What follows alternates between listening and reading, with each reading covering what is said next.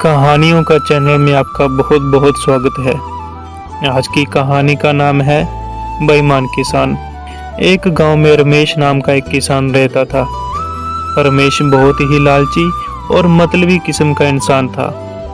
एक दिन रमेश सोचने लगा, दिन रात खेतों में काम करके क्या मिलता है, बस कुछ पैसे। अगर ऐसे ही चलता रहा तो मैं अमीर कब बनूंगा। तभी रमेश की बीवी वहां आई और कहने लगी, क्या हुआ जी, अकेले में क्या बोले जा रहे हो। रमेश बोला, मैं अभी बाजार में अनाज बेचकर आ रहा हूँ, देखो कितने कम पैसे मिले हैं। क्या मैं इतने से पैसे कमाने के लिए दिन रात मेहनत करता हूँ। इस पर रमेश की बीवी कहती है, तो क्या हुआ, हम इतने पैसों में भी खुश हैं, जिंदगी आराम से तो कट रही है, और क्या चाहिए। रमेश कहता है, दूसरे किसानों को मिलते होंगे इतने कम पैसे, क्योंकि वे सिर्फ मेहनत करते हैं, दिमाग नहीं लगाते। मैं उनसे अलग हूँ, मैं किसानी करके भी ज़्यादा पैसे कमाऊँगा।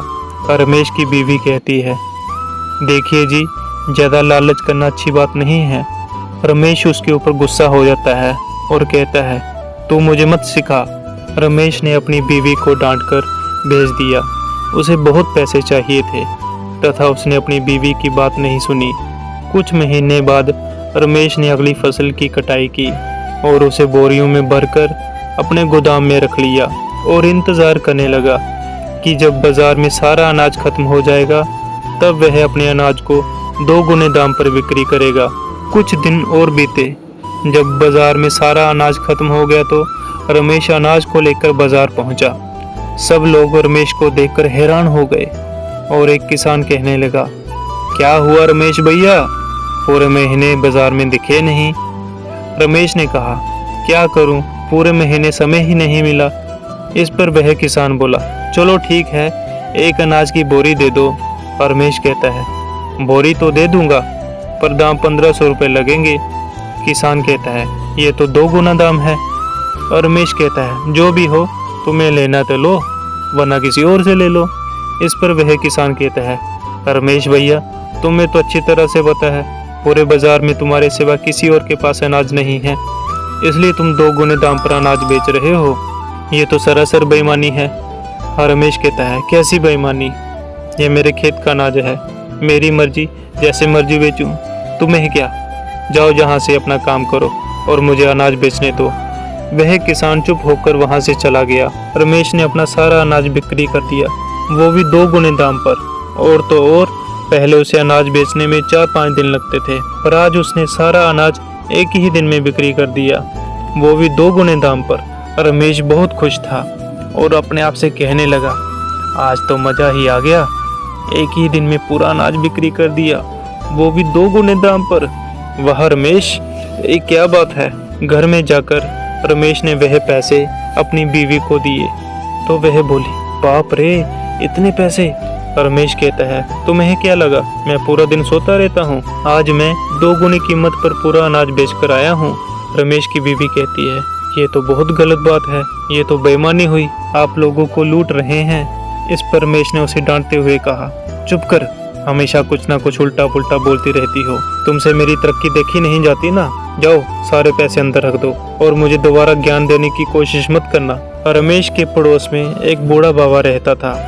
उसका बेटा कुछ साल पहले गुजर चुका था। बूढ़ा बाबा अकेले ही खेती किया करता था और खुद ही अनाज बाजार ले जाकर अकेले ही बिक्री करता था। एक दिन रमेश बूढ़े बाबा के घर गया और बोला, बाबा बाजार जा रहा था, सोचा आपसे मिलता चलूं। बाबा ने कहा, अगर बाजार जा ही रहे हो तो मेरा अनाज भी लेकर जाओ और बिक्री कर देना। रमेश अपना और बूढ़े बाबा का अनाज लेकर बाजार चला गया और अनाज 2 गुने दाम पर बिक्री कर दिया। अनाज बिक्री करने पर रमेश ने जब ज़्यादा पैसे देखे तो वह बेईमानी करने का सोचने लगा कि अगली बार अनाज 3 दाम पर बिक्री करूंगा और उस बूढ़े को कम पैसे दूंगा।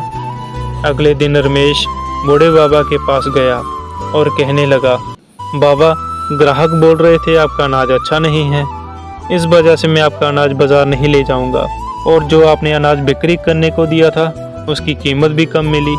बाबा बोला, मैं अभी बूढ़ा हो रहा हूँ, इस वजह से खेती अच्छी नहीं हो रही, शायद इस वजह से अनाज अच्छा नहीं हो रहा, पर मैं इतने सारे अनाज का करूँगा क्या। इस पर रमेश कहता है, बाबा मुझसे आपकी तकलीफ देखी नहीं जा रही, इसलिए मैं आपका पूरा अनाज खरीद लेता हूँ, लेकिन आधे दाम पर खरीदूंगा। बाबा कहते हैं, यह तो बहुत कम दाम है।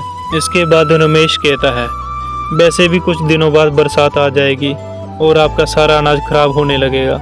बूढ़े बाबा को रमेश की बात सही लगी, इसलिए उन्होंने रमेश को सारा अनाज आधे दाम पर बिक्री कर दिया। अब दूसरे दिन रमेश सारा अनाज लेकर बाजार निकल गया और अनाज तिगनी दाम पर बिक्री करने लगा। वहीं थोड़ी दूर मोहन सब देख रहा था और पास में खड़े दूसरे किसान से बोला, वाह रमेश तो बहुत मेहनती हो गया है, अकेले ही इतनी सारी खेती की और अभी तक पूरा अनाज नहीं बेच पाया।